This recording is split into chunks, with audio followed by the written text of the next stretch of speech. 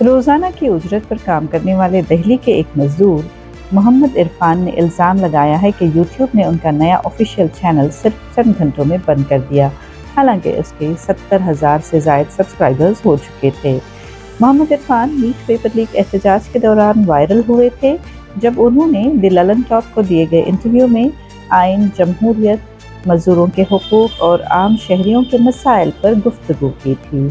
35 سالہ محمد عرفان دہلی کے ساودہ جے جے کالونی کے رہائشی ہیں۔ کہتے ہیں کہ وہ باقاعدہ تعلیم یافتہ نہیں ہیں، لیکن گوگل وائس سرچ سے خود تعلیم حاصل کرتے ہیں۔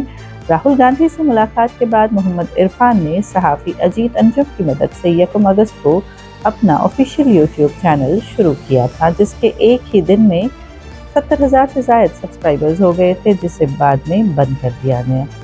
ویڈیو پیغام میں محمد عرفان نے کہا کہ ان کے چینل نے یوٹیوب کی تمام پالیسیز پر عمل کیا تھا اور ممکن ہے کہ چینل خودکار سسٹم کی کسی غلطی کی وجہ سے معطل ہوا ہو۔